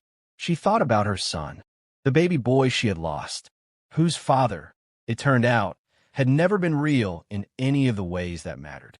"Where is he now?" she said. "Custody," J1 said. "The Economic and Financial Crimes Commission has been provided with documentation. He will be charged." She nodded slowly. "He was injured," J1 said. His voice was level, but she knew him well enough now to hear what lived beneath the level. "While in our custody, before we confirmed the scope of what he had done." She looked at him. "I told my men," he said, meeting her gaze directly, because he did not look away from things, "that if you did not survive, he would not either." The room was quiet. She held his gaze. She thought about what it meant to be the kind of man who could say that, and to say it to her face without apology or evasion, because he understood that she deserved the unedited version of who he was. She thought about what it meant that she was not afraid of the answer. "I'm going to ask you for something," she said. He waited. "I want to see him." J1 was still. "Not for him," she said. "For me. There are things I need to say. Things I've been carrying for 6 years that were never delivered to the person who needed to receive them." She paused. "And I want to tell him that I forgive him. Not because he deserves it. Because I do. Because I've been holding that weight, and I'm done." J1 looked at her for a long moment. In his face, she could see the conflict, the part of him that wanted to say no, to keep her from anything that could cause her pain, and the part that knew her well enough to know that protecting her from this was not protection at all. "When you are stronger," he said finally. "When I'm stronger," she agreed. He nodded. "Once." She saw Emeka 3 weeks after she left the hospital. she was still not fully herself. She tired easily. Her concentration came and went, and there were headaches that arrived without warning and required her to stop and be still until they passed. But she was upright and present, and had spent the previous evening in the apartment in Ikoyi, the guest room that had become, without formal declaration, simply her room, writing in her notebook. Not the old writing, the careful documentation of suffering. Something new, something she was still finding the language for. J1 took her himself. He waited outside the room. Emeka had aged since October. It was not just the injuries, which had healed the scars that remapped his face slightly. It was something interior, the particular aging that happens when the scaffolding of a performed self is finally completely removed and what's left has to exist without it. He looked smaller, not physically, just smaller. He looked up when she came in, and she watched him cycle through something: recognition, shame, the reflex of the old arrogance attempting to surface and failing. He looked away. She sat across from him. She had planned what she wanted to say. She had written it, revised it, tested it against her own chest to see if it was true. In the room, with him in front of her, some of it fell away, unnecessary, overbuilt. What was left was simpler. "I'm not here for an apology," she said. "I don't want one. I want to say some things that are mine to say, and I want you to hear them." He was quiet. "You were cruel to me," she said. Not loudly. Consistently, deliberately cruel. "And you let your family be cruel to me. And when I needed you most, when I needed you to be a husband, to be present, to hold the weight with me, you were somewhere else with someone else, and I was alone in a hospital losing our son." Her voice held. She was proud of it. "I want you to know that I know that. Fully. I have not diminished it or explained it away or decided it was my fault. I know what you did, and I know what it cost me." Emeka said nothing. His jaw was working. "And I forgive you." He looked up. "Not because what you did is okay. It isn't. Not because I wish you well in a way that requires any further proximity to you. I don't. But because I am 31 years old and I have been through things that should have destroyed me, and I am sitting here in front of you, and I survived all of it, including you. And I refuse to spend one more day of my life carrying the weight of what you are." She paused. "So I'm putting it down. Right here, in this room. And I'm walking out of this door, and I'm not bringing any of it with me." She stood. "I hope you find out who you actually are," she said. "Underneath all of it. I hope you find something real there." She looked at him one last time. Not with anger, not with love, but with the clean, clear-eyed regard of someone who has finally, fully arrived at the truth of a thing. "Goodbye, Emeka." She walked to the door. He said, very quietly, to her back, "I'm sorry, Ada." She paused, not to respond, just to let the words exist in the room, to let them be what they were: late, imperfect, and real. Then she pushed the door open and walked through it. J1 was standing in the corridor. He looked at her face and read it the way he had learned to read her, carefully, thoroughly, with the whole of his attention. "Are you all right?" he said. She thought about it honestly. "Yes," she said, and it was true in a way that surprised her with its completeness. "Yes, I am." He held out his hand. She took it without hesitation. January in Lagos, and the harmattan was doing its annual work, drying the air, coating every surface in a fine pale dust, turning the sunlight metallic and the evenings prematurely cold. It was, Adaeze had always thought, the most honest season. Everything stripped down to its actual structure. No lushness to soften the lines. She went back to work in the second week of January. J1 had not asked her to. He had, in fact, suggested with characteristic restraint that she take more time, that there was no urgency, that the 38th floor would survive her absence indefinitely. She had listened politely, thanked him for the suggestion, and appeared at her desk on Monday morning with her laptop bag over her shoulder and her second-best trousers replaced by a pair she had bought new, because she had decided that she was done wearing second-best anything. The office received her with the particular warmth of people who knew what had happened and had been glad it had not ended differently. Soo-yeon presented her with a plant for her desk, a small succulent in a white pot, practical, low maintenance, and said, "It doesn't need much water," and returned to her own desk, which was the Soo-yeon equivalent of a tearful welcome. She worked. She was slower than before. The concentration still required deliberate effort, and some afternoons the headache came and she had to stop. But she worked, and the working was good, and the days had a shape to them that she needed. She and Jae-won had not named what existed between them. It was a mutual, understood, practical arrangement. They both knew what it was. They had both acknowledged it in their separate ways, but the formal naming of it had been gently set aside by some tacit agreement, as if both of them understood that she was still putting herself back together and the naming could wait until she was ready. But the tenderness of it was daily and constant. She cooked on Sunday evenings, and he was always home for Sunday evenings without either of them having formally established this. He brought her tea in the mornings. Her tea, not his, the ginger and lemon combination she preferred, and left it at her office door without ceremony, the small white cup appearing like a reliable fact. They watched Korean dramas together some nights, at her request, because she had decided she wanted to understand more of his language, and he translated the dialogue with the occasional dry aside that made her laugh.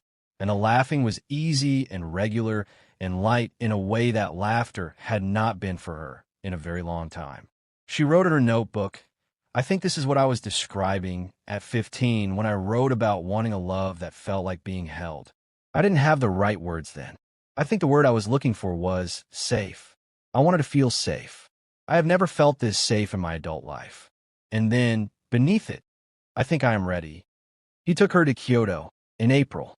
He had planned it with the thorough, quiet deliberateness he brought to everything he decided mattered. Not extravagantly, not with the kind of performative grandeur that is more about the planner than the person being planned for, but specifically.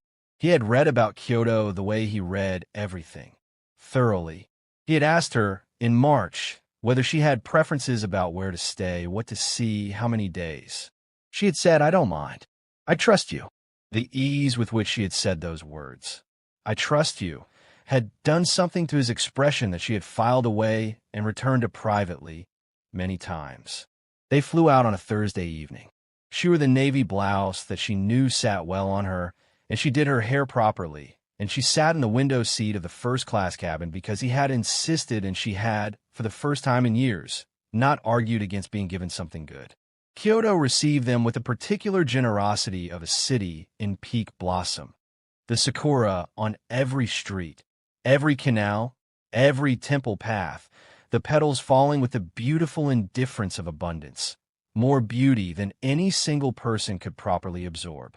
She stood under her first cherry blossom tree on the first morning and looked up into the pink-white canopy and felt something inside her chest break open in a way that was not pain. She had been holding that open space for 16 years, since she was 15, and wrote it on a list. Jae-won stood beside her. He was not looking at the tree. "You're looking at me," she said without turning. "Yes," he said. "The blossoms are over there. I know where the blossoms are." She looked at him then. He was looking at her with that full, complete, unhidden attention, not performing patience or restraint, just looking at her with the whole of himself.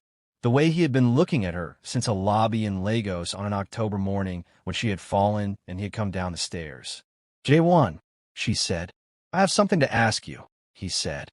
She felt the moment arrive, felt its shape, its specific gravity, the way you feel the change in air pressure before weather. She had known it was coming. She had known for weeks. She had been waiting for her own readiness to catch up with what she already knew. "I'm not a simple man," he said. "You know the full dimensions of my life now. I have not hidden them from you. I have told you the truth about who I am and what I do and what my world requires. I'm not asking you to be naive about that." He paused. "I am asking you to be in it with me. Completely. For all of it. The beautiful parts and the difficult ones and the parts I'm still working out." He looked at her. "I want to plan the rest of the list with you. I want to stand beside you in the northern lights and watch you see Marrakesh at dawn. I want Sunday evenings for the rest of my life. I want to learn what your laugh sounds like in 20 more languages and 20 more countries. A pause, quiet and absolute. I want to be the person who stays. The blossoms fell around them. She thought about a girl at 15 with a notebook and an enormous hunger for a life worth living. She thought about everything it had cost to get from that girl to this moment. The years, the damage, the long and painstaking work of rebuilding a self from what had survived. She thought about a hand extended in a lobby and a chair beside a hospital bed and barley tea and a chapel and a promise made to a grandmother's God. She thought about the entry she had written 3 nights ago, the final line, "I think I am ready." "Ask me properly," she said. He reached into the pocket of his jacket. The ring was simple, a single stone, warm-colored, not the aggressive sparkle of performance, but something more like the quality of light through amber. Chosen, she would later learn, because he had read in her notebook that her grandmother's ring had been amber, and she had loved it. He was not on one knee. She didn't need him on one knee. He stood in front of her under the cherry blossoms in Kyoto and held it out and said, "Adaeze Okonkwo, will you stay?" She looked at him for one long, full, deliberate moment. This man who had found her fallen and had not looked away, who had sat in a chapel and prayed to a God he didn't believe in for her life, who had read her notebook on the floor of a hallway and wept where she couldn't see him, who had told her the truth about himself without apology and waited, patiently and completely, for her to arrive at her own knowing. "Yes," she said. He put the ring on her finger. He took both her hands in his and looked at her, and the blossoms fell between them. And somewhere in the city the bells of an ancient temple sounded the hour, and Lagos was very far away and also completely present, because she had carried everything that had made her out of that city and into this moment, and not one broken part of her had been wasted. She stepped forward and put her arms around him. He held her, not carefully, not with the managed restraint of a man afraid to presume. He held her the way she had written about at 15, without knowing what she was describing. Steady, certain, without condition. She pressed her face against his shoulder. She breathed. They were married in October, not in the loud, performative way of a wedding designed for an audience, but in the specific, intentional way of two people who had already done the hard work of choosing each other and wanted to mark in a room full of people who actually knew them. Ngozi came from Lagos and cried before the ceremony started. Soo-Yun wore a dress that was exactly as elegant as everything else she wore and allowed herself one visible smile during the vows. Nurse Patience was invited and arrived in a magnificent purple wrapper and hat combination that commanded every room she entered, and spent the reception telling anyone who would listen about the night the machines beeped. Adaeze wore ivory. Not white, ivory, which had more warmth in it, with her hair up and her grandmother's amber earrings, and the ring that Jawan had chosen in a shop in Seoul after reading a notebook on a hallway floor. She walked herself in. She had thought carefully about this. Her father offered. She had called him a month before the wedding, a long call, the first fully honest one they had managed, in which she had told him everything and he had been quiet in his particular way, that quietness that was not absence but depth, and she had told him, "I need to walk in myself. Not because you didn't give me away carefully before, because this time I'm arriving as the person I've become, and I built her, and I want to walk in with her." He had understood. He had said, very quietly, "I'm proud of you, Aneni." She had held the phone and breathed. She walked in herself, and she walked toward him, and he watched her come, the whole length of the aisle. He watched her with that full and unhidden attention that she had learned was simply how he looked at things that mattered to him. And when she reached him, he took her hands, and she could see in his face, without any ambiguity whatsoever, that he knew exactly what he was holding and intended to take extraordinary care of it. The officiant spoke. They said their words. He said his in English and then repeated them quietly in Korean, and she caught enough of it now, 3 months of evening lessons, to understand the shape of what he was saying, and the shape of it was, "I see you. I choose you. I'm not going anywhere." She said hers once, in English directly to his face, because she had spent years saying things to people who were not listening, and she wanted there to be no ambiguity about who she was speaking to and whether he had heard. He had heard. The list took them 3 years. Iceland in February. She lay on her back in the snow as she had always imagined, and the lights moved above her in their impossible colors, and she cried without embarrassment, and he lay beside her, and looked up, and said nothing because nothing was required. Marrakesh at dawn, the markets already alive with the smell of spice and the sound of the first prayer call, and she walked through it with both hands free, buying things she wanted, asking questions in French that got better every month. The Maldives, the water exactly the blue she had seen in a photograph as a child. She stood in it up to her waist and looked down at her own hands through it, and thought about a 15-year-old girl who had wanted this specific blue and the 40-year life it had taken to arrive at it, and found that the length of the wanting had not diminished the blue at all, had perhaps made it richer. They added places that were not on the list. Jeju Island, his grandmother's province, where he showed her the house he had restored and the garden that now grew in summer with a fullness his grandmother would have recognized. Adaeze planted something there, a small thing, a beginning, and he photographed her doing it with the expression of a man watching something take root. She went back to studying international development, something she had set aside at 25 when the marriage had consumed what was left of her ambitions. She finished it at 34. Jaewon sat in the audience at the graduation, and Soohyun documented the occasion with uncharacteristic thoroughness. She still wrote in the notebook. New ones, now. The old one she had kept, the worn one he had read on the hallway floor, sat on the shelf in the Ikoyi apartment beside a small succulent that did not need much water. The new notebooks were different from the old ones. The old ones had been records of survival. The new ones were records of living. She wrote, in the last entry of the third notebook, "I've been thinking about what I would tell the woman I was at 31, standing on the landing outside a closed door with 2 bags and shaking legs and no plan and a city below her that did not care. I have been trying to find the most useful thing, the thing that would have helped most. I think I would say, you're not at the end. You are at the beginning of something that requires you to have been exactly this broken. Do not waste the breaking. It is making you into the shape you need to be."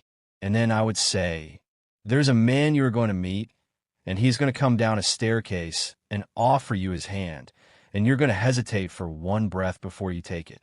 Take it. Take the hand. Blackheart, the end Blackheart. This is a story about what survives, what heals, and what becomes possible when one person finally decides to stay. If this story moved you, if you saw yourself in Adaeze at any point along the way, share it. There is a woman somewhere reading her last page, and she needs to know that this is not where her story ends. She is not at the end. She is at the beginning. Share Between Worlds. Blackheart,